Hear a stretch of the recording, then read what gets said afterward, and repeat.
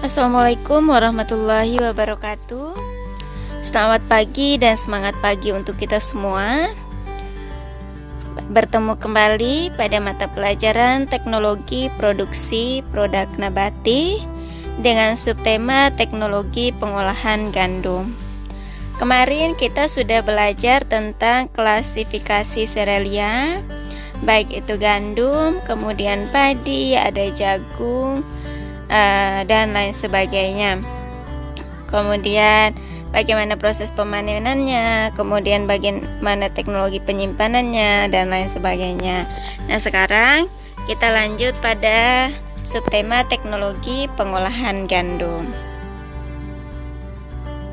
Bagian-bagian daripada gandum, yang pertama adalah dedak atau bran. Bran atau hair. Hair ini dedak penyusun biji gandum sebesar 15% yang terdiri dari kulit luar epidermis. Kulit luar atau disebut dengan epidermis, di mana kulit keduanya dinamakan epikard, testa, dan aleuron. Selama proses pengolahan, bran akan menjadi sekam. Sekam tersusun dari selulosa atau serat yang tidak dapat dicerna, serta mengandung vitamin B dan elemen mineral.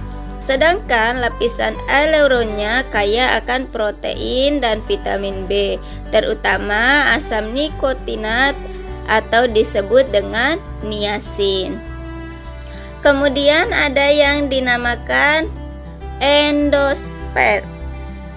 Endosperm ini merupakan biji bagian terbesar dari gandum, yaitu sekitar 80-85% dari berat total biji. Bagian inilah yang akan diubah menjadi tepung melalui proses penggilingan, di mana sebagian besar endosperm tersusun atas pati. Selain itu juga mengandung protein, mengandung vitamin B, vitamin B1, vitamin B2, serta asam nikotinat dan mineral. Yang selanjutnya ada yang dinamakan dengan germ atau lembaga. Apa itu lembaga? Lembaga merupakan biji sebenarnya atau embrio yang terletak pada bagian bawah biji, di mana lembaga hanya menyusun 2,5% dari berat biji. Selain itu, lembaga kaya akan kandungan lemak dan mengandung 8% protein, 2% asam nikotinat, vitamin B, vitamin B1, vitamin B2, serta mengandung zat besi.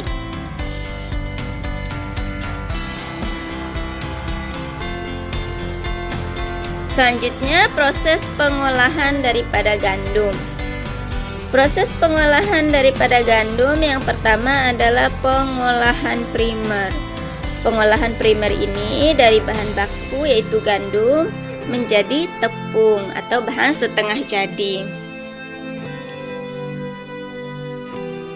di mana gandum sering digunakan pada instansi industri dalam bentuk tepung. Penggilingan gandum merupakan proses yang sangat berbeda dengan penggilingan beras, dan tujuan utamanya adalah memisahkan endosperm dari dedak dan lembaga, kemudian menghancurkan endosperm menjadi ukuran tepung, yaitu sebesar 100 ml. Adapun tahapan-tahapannya adalah: yang pertama adalah tahapan pembersihan atau cleaning process. Tahapan pembersihan ini dimaksudkan untuk menghindarkan benda-benda lain dan berbagai kotoran yang menempel pada butiran biji gandum, dan juga memisahkan bagian-bagian yang tidak seragam. Berbagai peralatan pembersihan yang sering digunakan antara lain adalah pemisah separator, pemisah magnet atau magnet separator, dan pneumatik separator. Selain itu adalah proses tempering atau conditioning. Proses ini dinamakan dengan proses tahap pemberian air. Pemberian sedikit air pada biji gandum akan melunakkan bagian lapis luar dan butir endosperm agak lunak. Hal ini akan memudahkan dalam proses penggilingan. Selain hal itu, juga diharapkan adanya perubahan tekstur dan struktur dari endosperm, dan juga untuk mendapatkan biji dengan kekerasan kandungan air yang seragam. Perlakuan dalam conditioning melalui 4 tahap, yaitu proses pemanasan pada suhu tertentu, kemudian penambahan air dipertahankan dalam waktu tertentu, lalu kemudian didinginkan pada suhu kamar dan didiamkan pada suhu tangki. Selanjutnya adalah proses penggilingan atau corrugated rolls, di mana pada proses penggilingan ini tahap utama dari penggilingan adalah memisahkan endosperm dari lapisan bran dan mereduksi endosperm menjadi tepung. Penggilingan ini diharapkan mampu memperoleh tingkat ekstraksi yang tinggi dan kualitas tepung yang baik, di mana tahap penggilingan dibagi menjadi 3 proses, yaitu proses pemecahan, proses pengecilan ukuran, dan proses pengayakan. Yang selanjutnya, yang pertama adalah proses pemecahan atau corrugated rolls.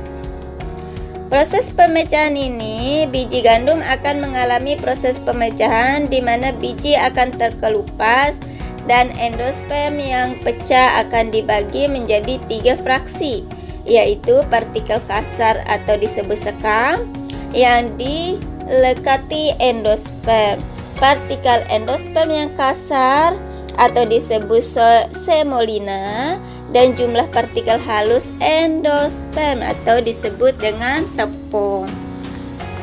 Pada proses pemecahan ini diusahakan agar bran tidak hancur.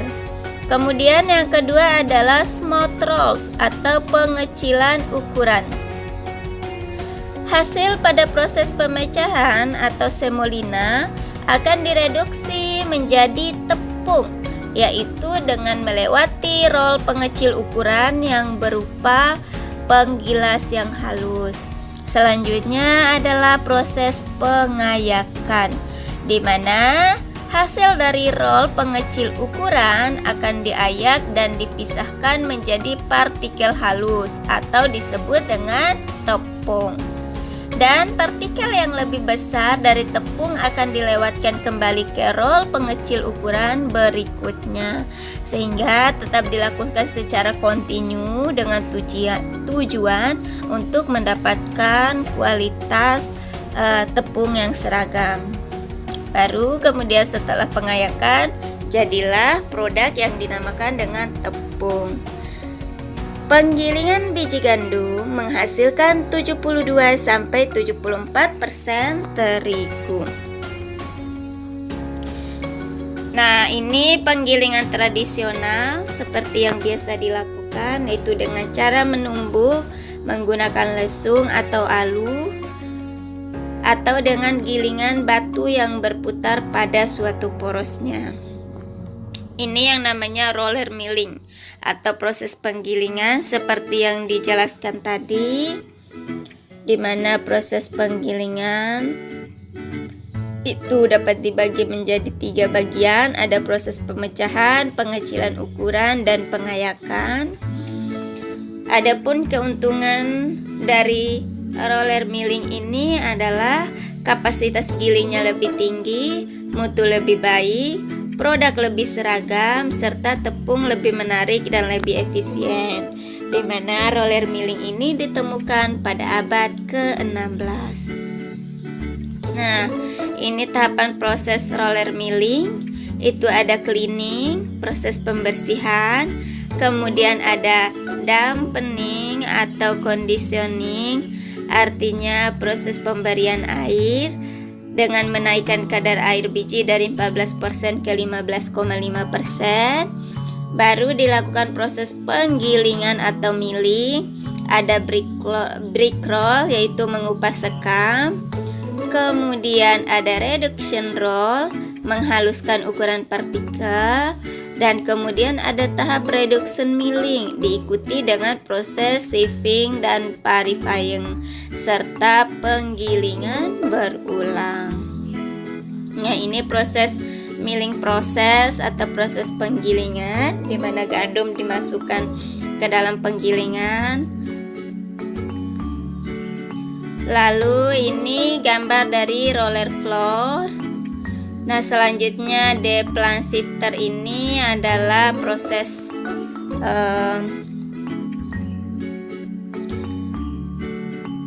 proses penyaringan di mana terdiri dari beberapa saringan besar yang disusun sehingga ketika dilakukan penyaringan didapatkan ukuran yang seragam sesuai dengan ukuran maupun berat dari produk tersebut. Kemudian ini yang dinamakan dengan alat plant shifter on shifter floor, bisa dilihat pada gambar. Dan selanjutnya adalah purifier, artinya proses pembersihan. Tidak hanya memisahkan bagian gandum yang pecah dengan pengayakan, tetapi juga dipisahkan sesuai dengan ukurannya. Ini namanya purifying floor atau mesin pengayak. Nah, selanjutnya adalah controlling ini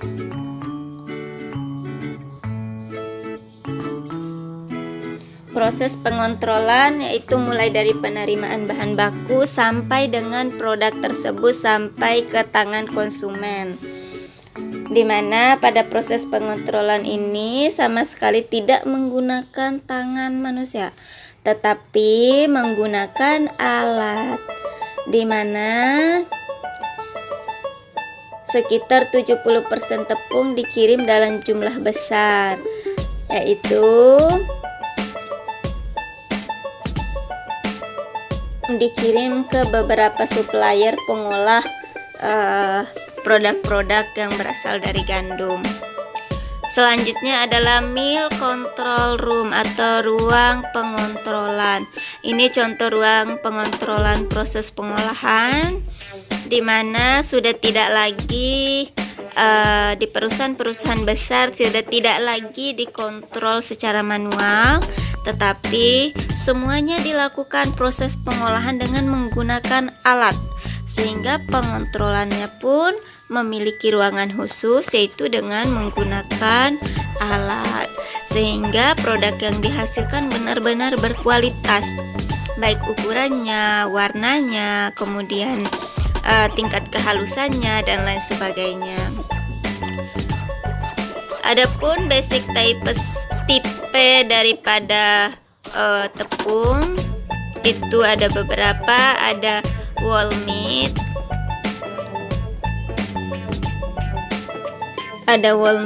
kemudian ada brown, ada white, ada Wilgam, ada melted wheat grain, dan ada stone ground dan organic. Di mana yang whole meal ini itu 100% hasil ekstraksi, di mana terbuat dari gandum utuh tanpa ada yang ditambahkan atau diambil. Kemudian yang kedua brown atau coklat. Dia ini mengandung sekitar 85% dari biji-bijian asli, sebagian dedak dan benda-benda asing yang telah dihilangkan. Tepung ini sering diberi label sebagai 85% tepung, bukan coklat. Selanjutnya adalah white, yaitu di mana produk ini biasanya 75% dari biji gandum, sebagian besar dedak, dan bagian-bagian gandum yang telah dihilangkan selama proses penggilingan. Lalu ada wheat gum. atau disebut dengan tepung terigu, tepung putih atau coklat dengan setidaknya 10% ditambahkan biji gandum, biji gandum malt, tepung coklat, dan gandum dengan tambahan biji gandum malt. Kalau Stonegron itu Stonegron artinya tepung terigu yang ditumbuk dengan cara tradisional di antara dua batu, yaitu seperti yang biasa kita lakukan, yaitu penumbukan bisa dengan menggunakan lesung atau bisa dengan menggunakan batu. Itu Stonegron. Lalu yang organik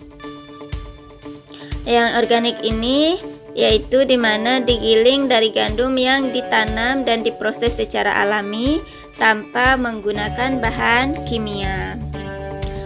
Adapun jenis-jenis tepung terigu adalah terigu gandum keras, yaitu digunakan untuk pembuatan roti, pembuatan mie dengan kadar protein 11-12%.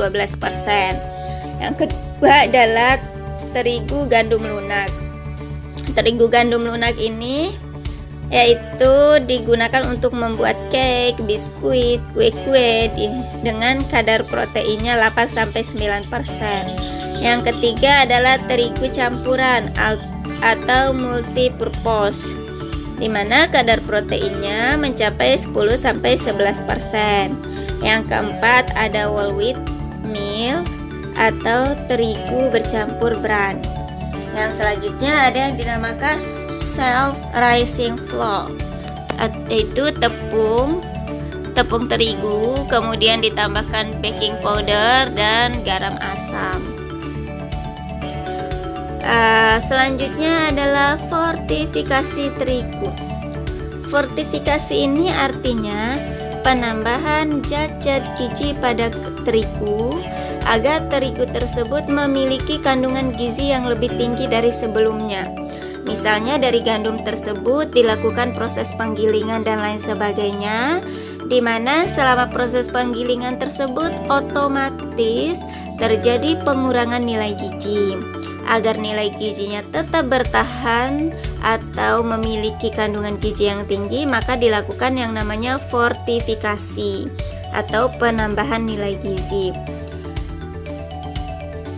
Nah, di mana yang biasa difortifikasi di dalam terigu ada yang namanya zat besi, biasanya 60 ppm, kemudian seng 30 ppm, ada vitamin B1 atau tiamin, kemudian ada vitamin B2 atau riboflavin sebesar 4 ppm, asam folat 2 ppm.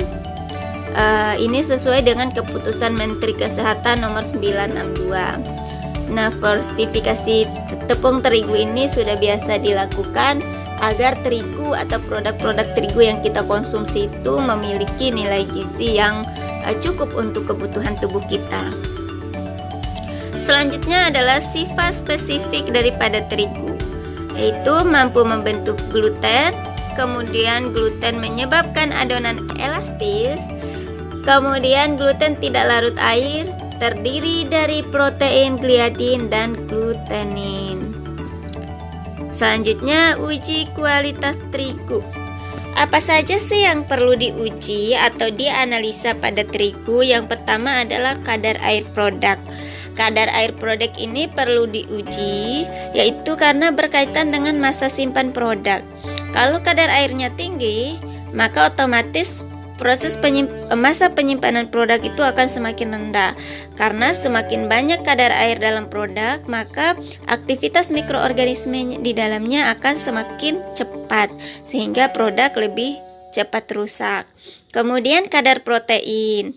Kadar protein ini juga sangat berfungsi untuk kebutuhan kita, sehingga perlu dianalisa.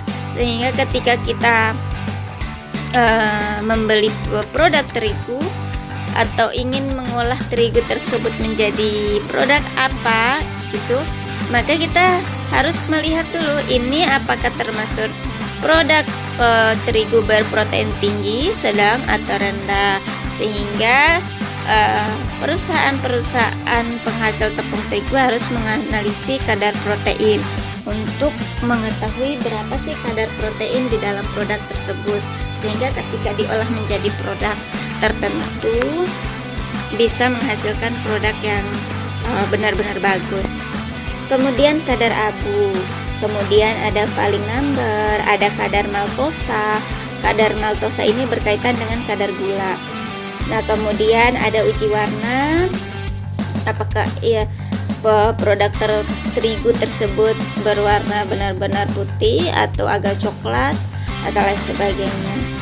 Kemudian ada uji pH, ada kadar gluten, ada uji sedimentasi, kemudian ada uji amilograf.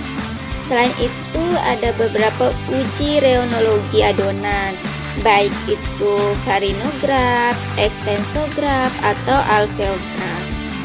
Nah, ini bisa kita lakukan di lab kimia. Nah, selanjutnya pemanfaatan tepung terigu.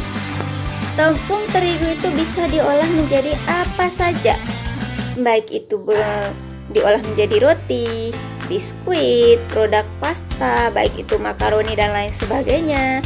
Bisa diolah menjadi mie, bisa diolah menjadi cake, dan beberapa produk lainnya yang tidak bisa disebutkan satu persatu. Nah, yang pertama adalah pembuatan roti. Bahan pembuatan roti itu ada beberapa unsur yang harus kita perhatikan. Yang pertama adalah ada tepung terigu. Itu komposisi yang paling banyak digunakan. Kemudian ada air, ada ragi, ada garam, ada lemak, gula, dan susu bubuk. Di mana mineral yeast food atau MYF ini adalah bahan pengembang roti. Kemudian beberapa jenis roti menggunakan bahan tambahan seperti telur, bahan cita rasa atau penambah rasa, kemudian biji-bijian lain dan rempah-rempahan untuk memperbagus dan menambah rasa maupun memperbagus aroma dari produk tersebut. Adapun tata pembuatan roti, ada proses penimbangan bahan, pengadukan, fermentasi, ada pemotongan, pembulatan, pengistirahatan. Pengistirahatan ini menyimpan sementara, mengistirahatkan sementara agar ragi atau mikroba yang kita tambahkan tersebut bisa bekerja sehingga produk tersebut bisa mengembang. Kemudian membentuk lembaran lalu dicetak. Di fermentasi air ini artinya setelah dicetak berbentuk roti apapun yang kita ingin buat, lalu disimpan dulu sebentar atau dinamakan fermentasi air. Baru dilakukan pemanggangan dalam oven. Setelah matang didinginkan baru dikemas. Nah, kalau yang ini sudah kita praktekkan. Ini proses pengadukan adonan. Tujuannya adalah adonan yang baik, yaitu adonan yang rata atau homogen, mudah dicetak dan mampu menahan gas hasil fermentasi dengan baik. Nah, kemudian fermentasi tujuannya menghasilkan produk dengan cita rasa dan aroma tertentu, volume yang lebih besar, serta untuk memperlunak gluten, di mana produk dengan tekstur yang halus. Selama fermentasi akan dihasilkan gas CO2, asam, alkohol, dan komponen minor lain. Bu, kenapa sih selama kita proses fermentasi produk tersebut dari ukuran kecil bisa menjadi besar, Bu? Dari hanya segumpal tangan bisa 2 atau 3 kali lipat dari itu. Nah, itu disebabkan karena mikroorganisme atau ragi yang kita tambahkan tadi dia beraktivitas atau disebut dengan respirasi. Dia bernapas. Nah, selama proses pernapasan dia mengeluarkan yang namanya CO2. Nah, kemudian CO2 yang dikeluarkan oleh mikroorganisme tersebut terperangkap di dalam produk tersebut, sehingga produk tersebut terlihat lebih besar atau disebut dengan mengembang. Kemudian faktor yang mempengaruhi dari fermentasi tersebut adalah jumlah ragi, suhu adonan, air, aerasi, nutrisi, garam, pH, dan jumlah bahan lainnya. Nah, hal-hal ini mempengaruhi pada proses fermentasi, di mana jumlah ragi, banyak atau sedikitnya ragi itu mempengaruhi dalam proses lambat dan cepatnya fermentasi. Kemudian lembut atau tidaknya adonan dan sebagainya. Kemudian lama fermentasi. Fermentasi itu ada dua metode, metode Spong atau Daug. Metode Spong and Daug yaitu metode paling lama. Kemudian metode no time Daug yaitu sebentar atau sama sekali tidak memerlukan tahap fermentasi. Fermentasi yang terlalu lama akan membuat adonan menjadi lembek dan lengket, di mana warna kulit roti menjadi pucat, struktur pori remah besar, dan rasanya terlalu asam.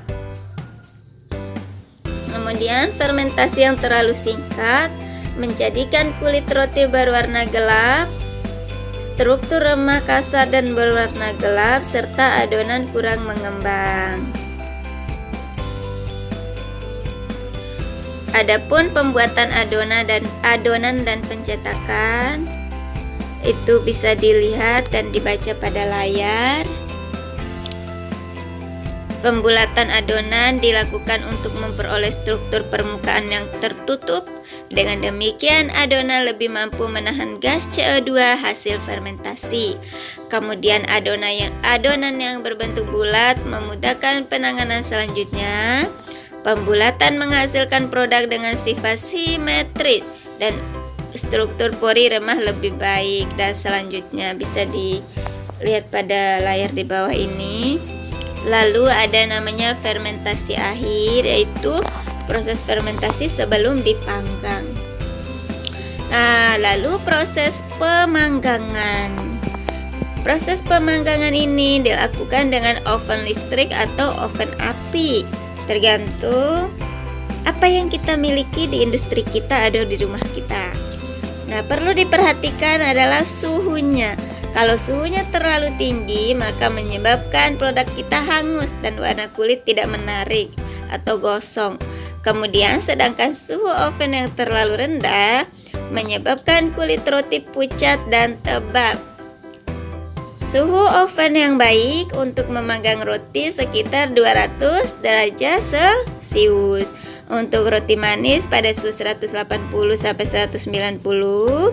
Hal ini dilakukan untuk menghindari terbentuknya warna yang terlalu gelap atau terjadinya proses karamelisasi.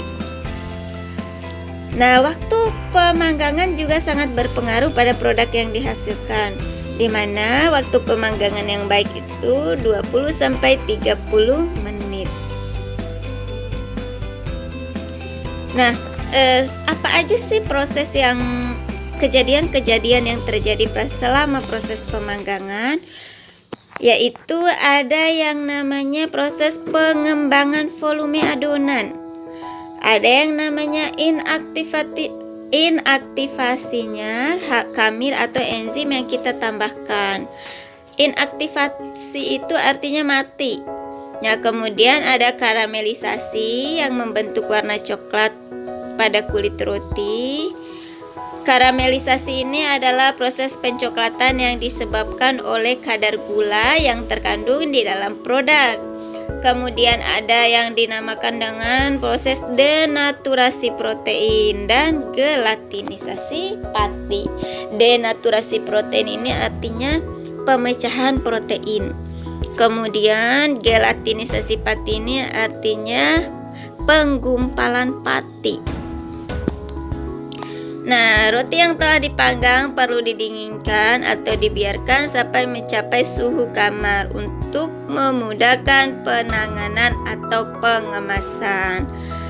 Kemudian pengemasan roti tujuannya untuk melindungi produk dari kerusakan, kontaminasi, dan kehilangan uap air yang menyebabkan roti menjadi kering. Kemudian bahan pengemasnya bisa menggunakan kantong plastik, kotak kartun atau lain sebagainya. Tapi kantong plastik yang kita gunakan harus kantong plastik. Kantong plastik yang terbuat dari polietilen atau PP. Kenapa? Agar tidak bisa ditembus oleh oksigen dari luar, sehingga produk bisa tetap aman. Atau bisa menggunakan juga aluminium foil.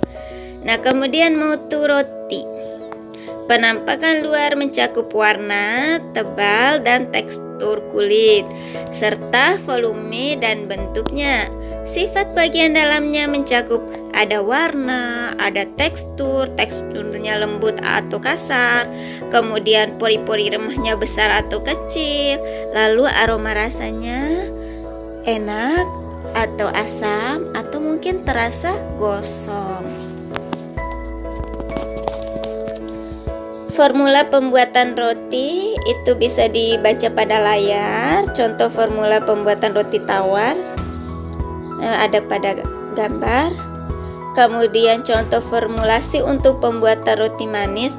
Artinya formulasi itu anak-anakku artinya komposisi yang bisa kita gunakan pada pembuatan roti tawar. Kalau yang ini pada pembuatan roti manis. Itu bisa dilihat pada layar. Kemudian metode pembuatan roti. Pemilihan salah satu metode tergantung pada jenis tepung terigu yang digunakan, volume produksi, kita ingin membuat banyak atau sedikit, kemudian ketersediaan peralatan.